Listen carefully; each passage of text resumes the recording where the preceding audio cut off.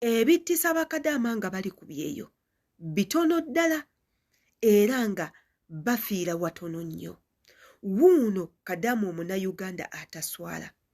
Ono nno abadde aliisa bakama be ng'abanywesa amazzi g'amaze okutawaazaamu obusolo.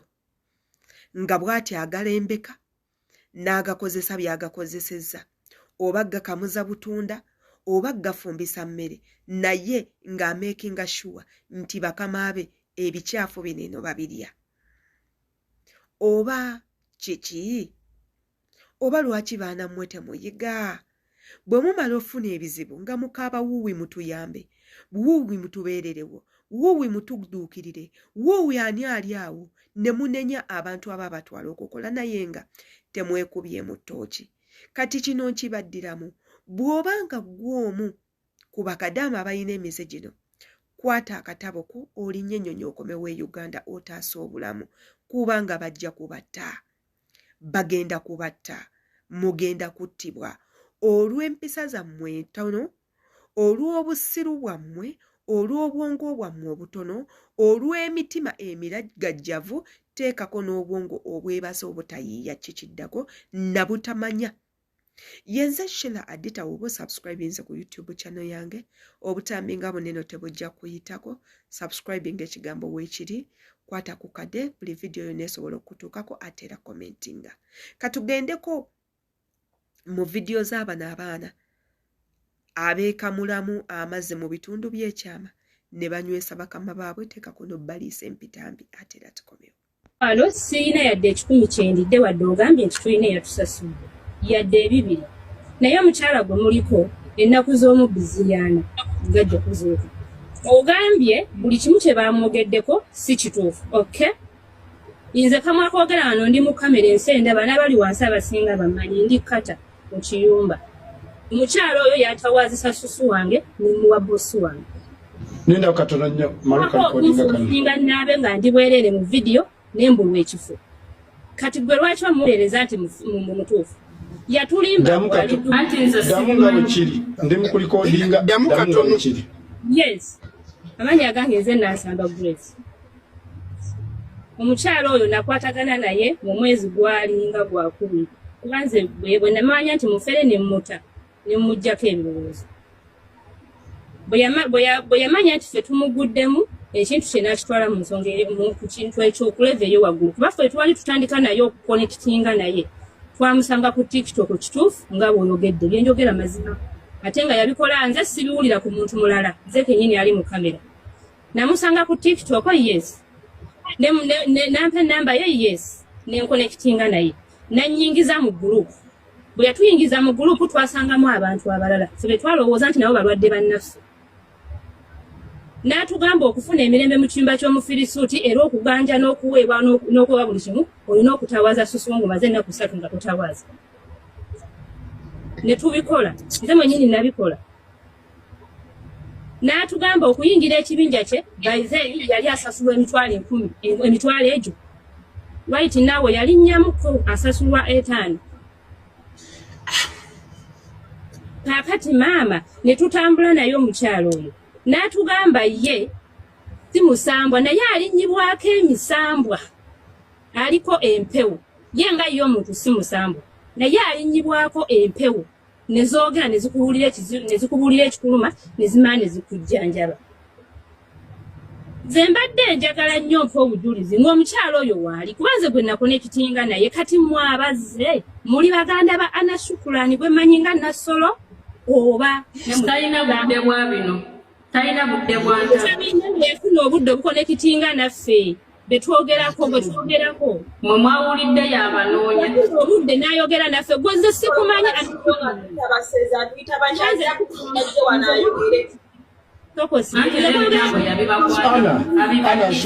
wabadde oyogera nnyo ng'ogamba sayidi emu nsubira mu soko lindo n'ayogere kuba mwena nawe tomumanyi ondabidde wano kuba nze sikola vidiyo.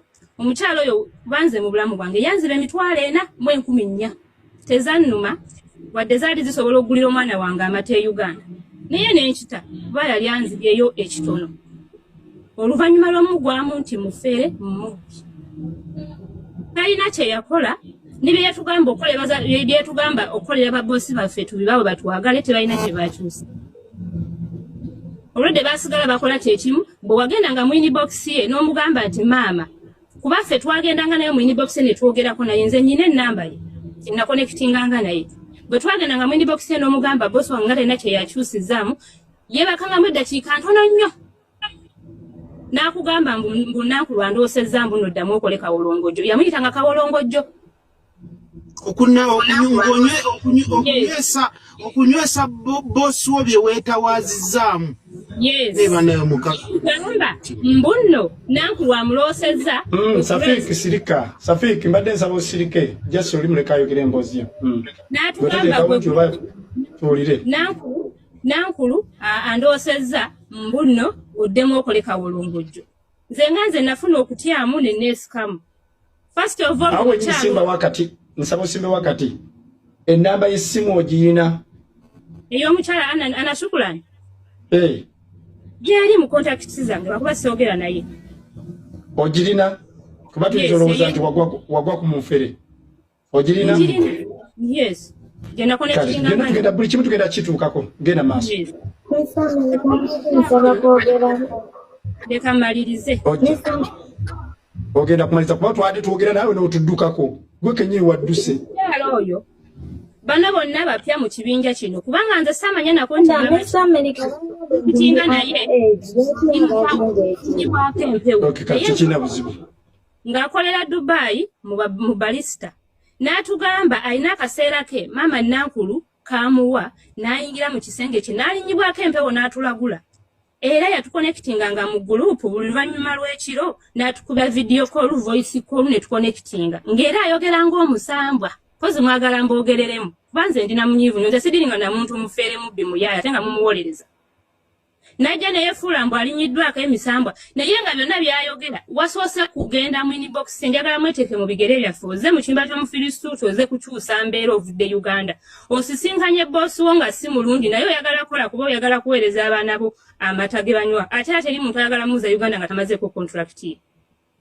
kati wafunangamu ekirooto ekyentiisa n'ogenda mu inbox ye n'omugamba maama kuba kati awo oyogera na mulya mmere watoyogera na muzimu munnange funyemu ekyoto bwe kiti awo nga yeebakawo oluvannyuma ng'ajja ku voice call maama Nankulu alinnye n'akugamba maama Nankulu agambye kola bwoti ne bwoti naye nga wasoose kigamba mulya mmere atuzanyira ku bwongo n'atufuulinga ne yeefuula nti wano ye mulya mmere kaakati maama Nankulu ayogedde bw'amala okujja ku gurupu n'atandika okutankana we Grace nakugambye oddemu okole kawolongojjo simanyi ye gwe yagambye nti oli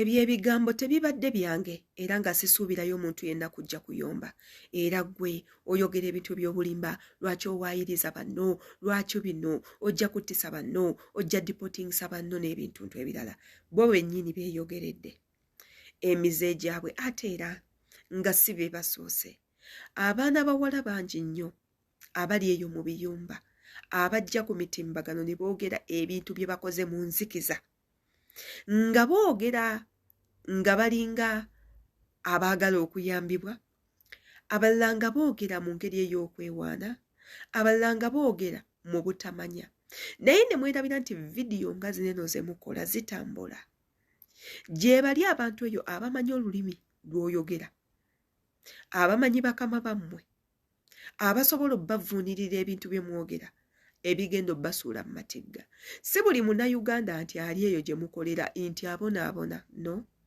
si buli munnayuganda nti ali eyo gye muli nti naye ayisibwa mu mbeera embi nga gye muyisibwamu so kyova olaba nsiiba mbalabula ne mbagamba nti obutambi nga buno Yesu mubukola naye musooke mubutunulengamu musooke mulowoozenga olowooze omanye ki ekigenda okuddaku oba omaliriza akatambi ngaako bw'oba omaze okukakola n'okateekayo abantu bagenda kukalowoozaako batya Yesu mugenda kubaamu ngaffe abagenda okukawa obudde tukawulirize tutandika ofumintiriza lwaki kino yakikola osanga bambi waliwo ensonga osanga kino osanga kiri naye ate mulimu abatajja twala na budde kuwuliriza gwe byoyogera amangu ago atandike okusalira omusango amangu ago atandike okunoonya abantu abagenda okuteekako obulabe amangu ago atandike okugamba gundi ono ye yali omusobya naye wandibadde nga toli musobya kyova tubagamba emitimbagano gino mugibeereko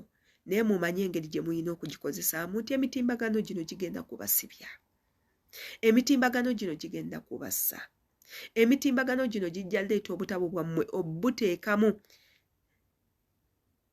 sitampu etayina kugendamu gw'otuuka okudda e Uganda nga bakugamba koyingidde eggwanga lyo togenda kuddamu kutambula ensi yonna ya Buwarabu naye ng'ensobi wagikolera wali mu katambi tubeegayirira nnyo bannyinaffe tukimanye embeera gye muyitamu si nnungi naye nammwe mwekube mu mitima tosobola kuba nti mukama wo Yesu ayina ekintu kye yakola n'ogamba k'ogenda olwanagane naye mu kumuliisa mpitambi mu kumunywesa musulo mu kutawaaza amazzi nti omukubira obutunda n'okumufumbiramu emmere muganda wange jjukira oli mukama wo yasalawo ki kyalina okukola nekyatalina kukola ate jjukira oli munsingwira lwaki temuyiga lwaki mukabya bazadde bammwe amaziga lwaki mwagala okuleka abaana bammwe abato lwaki mwagala okutta ebirooto byammwe kati wesange mu comment section gw'olowooza bano abaana kye bakola kirungi era wooba gwe oyagala bavunaanibwe batya kati wesange mu comment section baagala nnyo